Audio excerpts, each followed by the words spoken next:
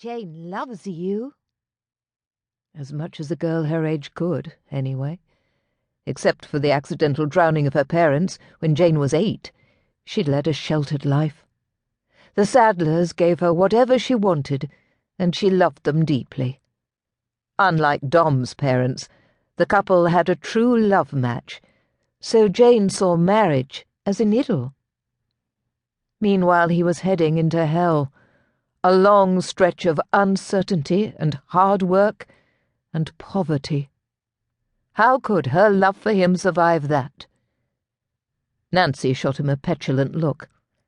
I thought you loved Jane too. He stiffened. Of course he loved her. Had loved her from the moment they'd met in a bookshop. While unconsciously humming the first few bars of Haydn's Surprise Symphony, he'd been jarred from his book by someone on the other side of the bookcase humming the next few bars. It had proved to be Jane, taking respite from the endless rounds of parties and balls that constituted her debut. Until that moment, he'd never encountered anyone with his memory for music, or his avid interest in symphonies, or his penchant for humming while reading. He'd never come across a soul who liked both books and people. At once she fascinated him. From there he'd courted the Baron's daughter through a succession of musicales, operas, and even the occasional ball. Though the foolish woman preferred Beethoven to Mozart, he easily forgave that because she overlooked so many of his own flaws. She didn't seem to care that his dancing was more precise than heartfelt, that his exacting memory for music and conversation was downright freakish, or even that his prospects were limited. Clearly the woman was as daft as she was lovely, which of course meant he'd wanted to marry her. Still did. It doesn't matter what I feel for Jane, he said dully, or even what she feels for me. She deserves someone like Blakeborough's heir who can give her a decent future. Don't be ridiculous. She's never once thought of Edwin romantically. He's much too gruff for Jane's taste. And unlike me, Jane would prefer a barrister to a— Nancy broke off with a groan. I'm sorry, I forgot.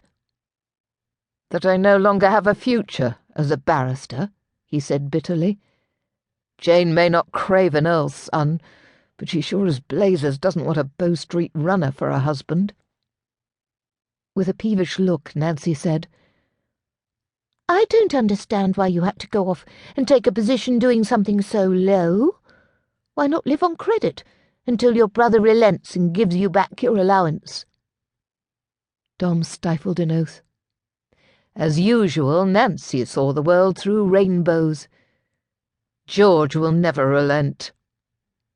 Perhaps he would if you reasoned with him. She gestured across the ballroom, and Dom spotted his elder brother standing among his cronies. It's him you should talk to privately. I don't know exactly what happened between you, but— No, you don't, he clipped out. Jane does, and that's enough.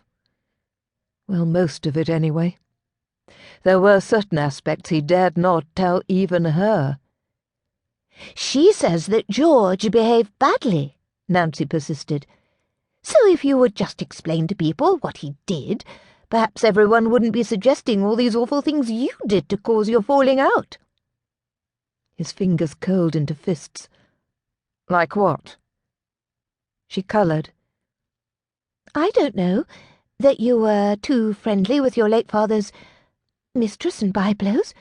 That George didn't approve, so your father refused to give you an inheritance. That was bad, but not as damaging as the truth. Father had added a codicil to his will on his deathbed, in the presence of George and their half-brother Tristan Bonneau. George had been so angry over it, he'd burned the thing the moment Father perished, and Tristan had been so angry over that he'd stolen the horse left to him in the codicil. Then Dom had found himself in the unenviable position of having to protect Tristan from George's attempt to have him hanged. George had made Dom choose. Give Tristan over or lose everything.